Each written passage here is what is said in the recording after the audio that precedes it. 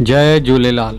सतनाम साखी सिंधी समाचार में तव्हां सभिनी जो स्वागत है। दोस्तों, अॼु ॻाल्हि कंदासीं चेटीचंड लाइ करे। जल्द ही कुछ ॾींहंनि खां पोइ भाॻनि वारो ॾींहुं चेटीचंड जो अचण वारो अथव। दोस्तों, पिछले 2 सालनि खां कोरोना काल जे कारण इहो उत्सव पाण कान मनाए सघियासीं। पाणी छा, अभी तो सभिनी जातियुनि सभिनी वर्गनि पंहिंजो को बि उत्सव धूमधाम सां न मनायो। पर छा आहे कि हाणे लॻभॻि सभिनी खे 2 डोज़ूं लॻी चुकियूं आहिनि ऐं बूस्टर डोज बि लॻी चुकी आहे। हर जॻह ते माहौल सुठो ई सुठो आहे। कोरोना जी मार न जे बराबरि आहे। त अहिड़े में पाण सभिनी सिंधियुनि खे भरपूर उत्साह सां गॾु चेटीचंड महोत्सव मनाइणो आहे। पंहिंजी एकता, पंहिंजी अखंडता ऐं पंहिंजी सभ्यता ऐं पंहिंजी संस्कृति खे बढ़ी चढ़ी करे ॾेखारिणो आहे। माण्हुनि खे पतो लॻे, लोकल कास्ट वारनि खे पतो लॻे कि सिंधियुनि में केतिरो उत्साह आहे चेटीचंड खे वठी करे। ऐं दोस्तों, इन में कुझु ॻाल्हियुनि खे पाण खे ध्यानु ॾियणो आहे कि जेका बि पंहिंजा झूलेलाल जा मंदिर आहिनि उन्हनि सभिनि ते लाइटिंग हुजणी घुरिजे। घटि में घटि 2 खां 3 ॾींहंनि ताईं भॻवान श्री झूलेलाल जे मंदरनि में लाइटिंग हुजणी घुरिजे, जंहिंसां कि हर क़ौम, हर जाति, हर मज़हब में इहो मैसेज पहुचे कि भॻवान श्री झूलेलाल जो जन्मोत्सव ॾाढे धूमधाम सां सिंधी समाज मनाए पियो। तंहिंजे अलावा दोस्तों, मां हिकिड़ो निवाणी विनती करणु चाहींदुसि कि चेटीचंड जे ॾींहुं हर सिंधी परिवार पंहिंजे घर जे अंदरि दीप ज़रूरु ॿारे। अर्थात पंहिंजे घर जे अंदरि जीअं ॾियारीअ ॾींहुं पाण ॾीया ॿारींदा आहियूं, उअं ई चेटीचंड जे ॾींहुं बि हर सिंधी परिवार पंहिंजे घर जे अंदरि ऐं घर जे ॿाहिरि गैलरियुनि में ॾीया ज़रूरु ॿारे।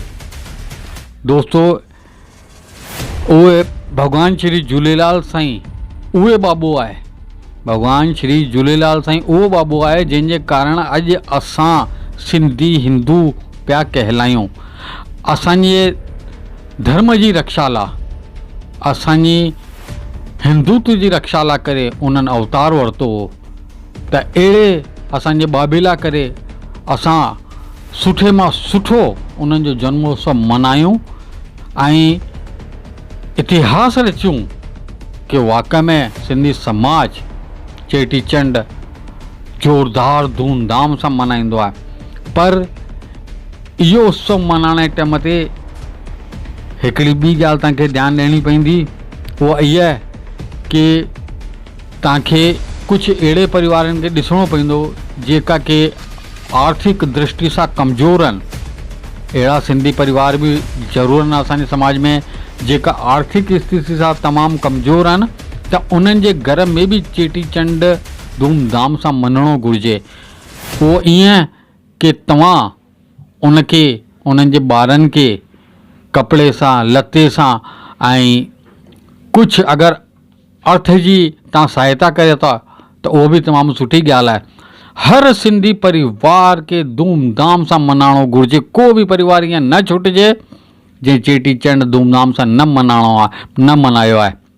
दोस्तों, को बि अगरि अहिड़ो तव्हांखे कमज़ोर माण्हू नज़र अचे थो कि इहो धूमधाम सां न पियो मनाए सघे, नवां कपिड़ा लता न पियो वठी सघे, त जेका सुठा पैसे वारा आहिनि उन्हनि जो फ़र्ज़ु थो ठहे त उहो उन्हनि खे कुझु मदद कनि, उन्हनि खे कपिड़ा लता इत्यादि वठी ॾियनि।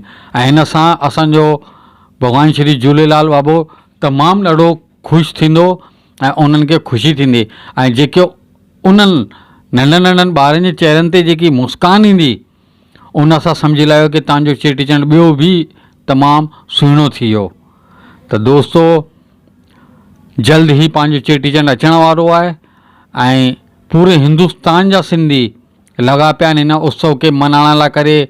तयारियुनि में ज़ोरो शोर सां लॻा पिया आहिनि। सभिनी झूलेलाल, भॻवान श्री झूलेलाल जे मंदरनि में बहिराननि जी मेले जी तयारी लॻभॻि पूरी थी चुकी आहे ऐं सिंधी समाज पूरे हर्षोल्लास सां गॾु मनाइण लाइ करे जुटो पियो आहे। सिंधी समाचार राजस्थान जे माध्यम सां असां यही मैसेज ॾियणु चाहींदासीं कि इन चेटीचंड खे अहिड़ो ऐतिहासिक रूप सां मल्हायो वञे कि हर क़ौम जी निगाह सिंधी समाज जे मथां वञे ऐं उहे हैरान थियनि असांजी एकता खे ॾिसी, असांजी अखंडता खे ॾिसी करे, असांजी संस्कृति ऐं असांजे समुदाय खे ॾिसी करे हैरान थी वञनि। अहिड़ो ऐतिहासिक परू मञिणो घुरिजे। दोस्तो, चेटीचंड जी तव्हां सभिनि खे अग्रिम शुभकामनायूं, वाधायूं। जय श्री झूलेलाल। सतनाम साखी।